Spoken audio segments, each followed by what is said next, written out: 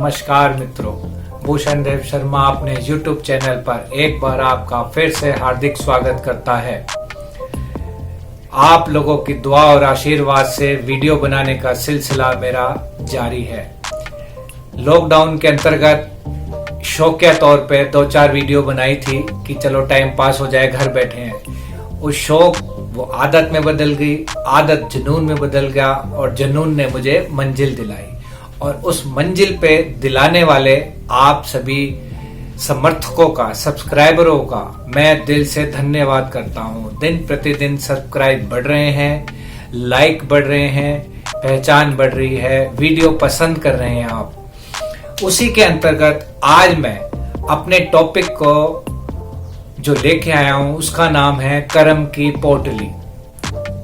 क्या बोला मैं फिर बोल रहा हूं आपसे, कर्म की पोटली। पोटली तो आप समझ गए होंगे, पोटली किस चीज की है। घर में जैसे पोटली बनाते हैं, चाय पत्ती की पोटली, चीनी की पोटली, गेहूं की पोटली, मीन्स उस पोटली में कुछ है। गेहूं की पोटली आप समझ गए, गेहूं की पोटली मीन्स उस पोटली में गेहूं है जो हमारे खाने के काम आएगी। नमकीन की पोटली, फलाने की पोटली, ढींगड़े की पोटली, ऐसा बोलते हैं अक्सर घर में। कई बार बच्चा पूछता है मम्मी वो कहाँ है, तो मम्मी उसको क्या कहती है, जा वो पोटली उधर वहां पड़ी है, उस पोटली में वो पड़ा है। तो यहां मैं अर्ज कर रहा था कि कर्म की पोटली, इस पोटली की मनुष्य योनि में बहुत बहुत जरूरत है। आप हर चीज की पोटली बना रहे हो, हर चीज की पोटली का ध्यान रख रहे हो, तो यहां मैं इस वीडियो में आपको समझाना चाहूंगा कि कर्म की पोटली भी बहुत जरूरी है। हर घर में हर सदस्य की एक पोटली होनी चाहिए जिसमें उसके कर्म भरे हो, क्योंकि कर्म ही आपकी पहचान है। आपके नाम के तो कई इंसान हैं। मेरी बात को समझना।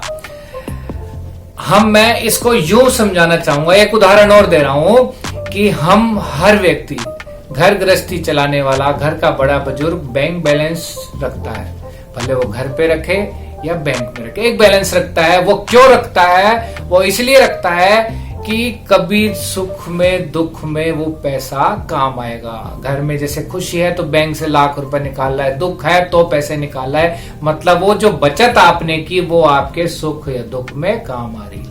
मैंने कुछ समय पहले एक वीडियो डाला था कि अगर हेलमेट ना होता, यहां तक तो ठीक थी, लेकिन मैं कहूंगा अगर मेरे कर्म भी नहीं होते, अच्छे कर्म नहीं होते, तो जिस कदर मेरी एक्टिवा स्लिप हुई थी, जिस कदर मैं गिरा था, तो शायद मैं वहां से खुद चल के नहीं आता, मैं वहां से डायरेक्ट हॉस्पिटल जाता। क्योंकि मेरे कर्म की पोटली में कर्म थे, मेरे पास दुआओं का भंडार था। तो उस वक्त जब मैं रोड़ी पे बिजली पे गिरा, तो उस वक्त रोड़ी बिजली उस कर्मों की वजह से फूलों में बदल गई। दर्द मेरे को उसने कम दिया, उस जगह ने मुझे दर्द कम दिया। जिस तरह मैं गिरा था तो वो दर्द उतना नहीं था, वो तो बहुत बड़ा था, लेकिन कर्म मेरे काम आए। तो वो वीडियो में मैंने यही बताया था कि कर्म, हेलमेट ना होता, हेलमेट के संग कर्म आपके जरूरी है। तो मैं फिर बात अपनी आ जाता हूं कर्म की पोटली। मैं हर मेंबर्स को, हर सदस्य को, हर इंसान को कहना चाहूंगा कि अगर धरती पे आए हैं तो आपको कर्म भी करने हैं। हर व्यक्ति यही कहता है कि जो ईश्वर ने लिखा है वही होगा। बिल्कुल, मैं भी यही कहता हूं, ये बात सत्य है, इसमें कोई दोहराई नहीं है, इसमें कहीं कोई इफ बट नहीं है। लेकिन आप अपने कर्मों को तो बढ़ावा दोगे, अपने कर्मों को अच्छे से अच्छा करोगे, क्योंकि आपकी पोटली में वो कर्म जुड़ रहे हैं। आप यकीन माने, कई बार ऐसे हादसे हो जाते हैं तो आप घर आके कहते हैं यार मैं तो बच गया, पता ही नहीं कैसे बचा, पता ही नहीं मेरे साथ ऐसा होना था पर ऐसा हो गया। वो आपको नहीं पता लग रहा क्यों हुआ, क्योंकि आपने पता नहीं किस वक्त कौन से ऐसे कर्म किए होंगे, किसकी दुआ ली होगी जो आपकी उस पोटली में जमा हो गई। जब आपके पास परेशानी आने लगी तो वो उसमें से निकल गई, ऊपर वाले ने उस कर्म पोटली में से निकाल के आपको दुख की घड़ी में आपको बचा लाया।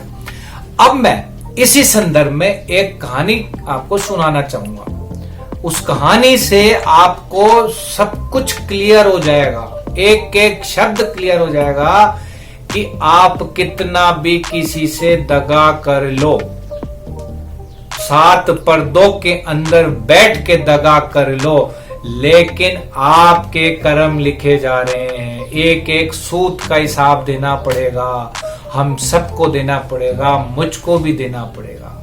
अगर मेरे कर्म खराब हैं तो उसको मुझे भी भोगना पड़ेगा। कोई मैं आप कोई भी दूध का धुला नहीं है। कर्म हो सकता है कोई कम कर रहा है खराब, कोई ज्यादा कर रहा है, लेकिन कर्म आपको मैं कहना चाहूंगा अच्छे से अच्छे कर्म करें। अब मैं आपको कहानी सुनाता हूँ। उससे पहले मैं बताना चाहूंगा कि एक छोटे से उदाहरण को लेके कि जमीन में किसान ने अगर गेहूं बोई है तो वो गेहूं ही उगेगी, उसमें ज्वार बोई है तो ज्वार ही उगेगी। यहाँ ये बहुत बड़ा उदाहरण है आप लोगों के सामने कि जैसा आप कर्म करोगे वैसा ही आपको आगे फल मिलेगा। आप ये देखो, जब आप किसी जगह आवाज को गूंजते हो तो वही आवाज लौट के आपके पास आती है। ऐसे ही आपके कर्म बाहर जाकर वापस आपके पास लौट के आते हैं। तो इसी कर्म की पोटली को लेके मैं आपको एक कहानी सुनाता हूँ। इसको बड़े गौर से सुनना, क्योंकि कर्मों का फल सबको भोगना है। वो कर्म का फल हो सकता है घर में बहू बन के आए, बेटी बन के आए, बेटा बन के आए, दामाद बन के आए, कोई भी रिश्तेदार बन के आए, अपना वो कर्जा चुकाने या लेने या देने जरूर आएगा। आपने किसी का पैसा नहीं खा सकते। उसी पे एक छोटी सी कहानी मैं आपको सुनाता हूँ। एक फौजी था, उसके माँ बाप नहीं थे, कोई भाई बहन नहीं था, वो माँ बाप का इकलौता था। माँ बाप चल बसे और फौजी अपनी फौजी की नौकरी करता और मौज लूटता। शादी भी नहीं हुई थी उसकी। समय निकलता गया। फौज में एक व्यापारी सप्लाई देता था। दिन पे दिन जब वो कंटिन्यू व्यापारी जाने लगा तो उस फौजी की दोस्ती उस व्यापारी से हो गई। अब व्यापारी से उसकी दोस्ती हो गई तो उसके बारे में उसको जानकारी मिली, ये तो इकलौता है। और उसने व्यापारी ने मौका देखकर उसको कहा कि भाई तेरे पास इतना पैसा जमा है, तू क्या करेगा? वो पैसा तो मुझको जमा करा, मैं अपने व्यापार में लगाता हूँ और जो भी प्रॉफिट होगा वो अपन बांट लेंगे। तो फौजी को समझ आ गई। उसने कहा ठीक है, अभी मेरी कच्ची ज्यादा उम्र है नहीं, मेरा पास पैसा मेरा कोई है नहीं घर में, मैं तुम्हें दे देता हूँ। और उसने सारी जमा पूंजी उस व्यापारी को दे दी। उसने वो पैसा व्यापार में लगा दिया और व्यापार में पैसा लगते ही वो व्यापार रात दिन चौगनी वृद्धि करता रहा, व्यापार बढ़ने लगा। फौजी को भी इसको खबर लग गई कि भाई मेरा पैसा वहां लगा और व्यापार बढ़ने लगा। कुछ समय बाद फौजी की ड्यूटी लग गई आक्रमण पे और वो ड्यूटी के अनुसार अपने एक घोड़ी पे सवार होकर दुश्मनों के एरिया में निकल पड़ा। अब समस्या यहाँ आ गई कि वो घोड़ी को लगाम जितनी खींचता घोड़ी और तेज भागती, वो जितना लगाम खींचता वो उतनी तेज भागती। देखते देखते उसकी लगाम धीरे धीरे टूटने लगी और घोड़ी जो जाकर रुकी वो रुकी दुश्मनों के घेरे में। दुश्मनों के घेरे में जाके घोड़ी जैसे रुकी, दुश्मनों ने मौका देखा और फौजी को बिल्कुल खत्म कर दिया, उसको काट दिया, तलवारों से काट दिया। फौजी खत्म हो गया। इसकी खबर व्यापारी को पहुंची। व्यापारी उस वक्त बहुत खुश हुआ कि फौजी तो अब नहीं रहा और फौजी का पैसा मेरे व्यापार में लगा हुआ है, व्यापार रात दिन चौगनी वृद्धि कर रहा है। तो उसने उसकी खुशी का कोई ठिकाना नहीं था। कुछ समय बाद व्यापारी के घर एक लड़का हुआ। वो व्यापारी बहुत खुश हुआ कि मेरे घर लड़का हुआ है। उसने खूब सी खुशियां मनाई। अब लड़का बड़ा होने लगा, समय भागता चला गया। लड़का पढ़ाई में बहुत होशियार था, बहुत अव्वल था और समय रहते वो जवान हो गया और व्यापार संभालने लगा। देखते देखते व्यापारी ने एक सुंदर कन्या देखकर उसका विवाह कर दिया। उस दिन भी वो बहुत खुश था। उस खुशी में वो ये सब भूल चुका था कि ये मैंने किसी के साथ गलत किया है, किसी का पैसा मैंने खाया है। समय फिर बीतता गया, शादी हो गई, उसका एक लड़का भी होगा। लड़का होने के बाद व्यापारी का खुद का लड़का बीमार होने लगा। वो बीमार इस कदर होने लगा कि दिन प्रतिदिन उसकी तबीयत डाउन होती गई। बड़े से बड़े डॉक्टर को बुलाया गया, वैद्य को बुलाया गया, लेकिन उसका लड़का ठीक नहीं हो रहा था। समय बीतता गया, उसका शरीर डाउन होता गया, स्वास्थ्य बिगड़ता चला गया। अंत दिल्ली ले जाकर जब बड़े डॉक्टर को दिखाया तो उन्होंने कहा कि अब ये नहीं बचेगा, इसका रोग लाइलाज है, आप इसे घर ले जाइए। उस व्यापारी ने अपने लड़के को लेकर जब घर जा रहे थे तो रास्ते में एक व्यक्ति ने पूछा कि क्या हो गया। उसने कहा कुछ भी नहीं, मेरा लड़का बहुत बीमार है, अब ये नहीं बचेगा। उसने कहा नहीं, कैसे नहीं बचेगा, बगल में ही एक वेद है, आप उसके एक पुड़िया खिलाएं, उसने मुर्दों को खड़ा किया है तो ये तो जवाबी जिंदा है। वो व्यापारी उसके पास गया, उसने बताया, उसने उसको 2 आने की 2 पुड़िया दी। वो पुड़िया लेकर घर गया। घर जाकर उसने बच्चे को वो पुड़िया खिलाई। पुड़िया खिलाते ही बच्चा खत्म हो गया। पूरा घर रोने लगा। व्यापारी की पत्नी, उस बहू, सब रो रहे थे।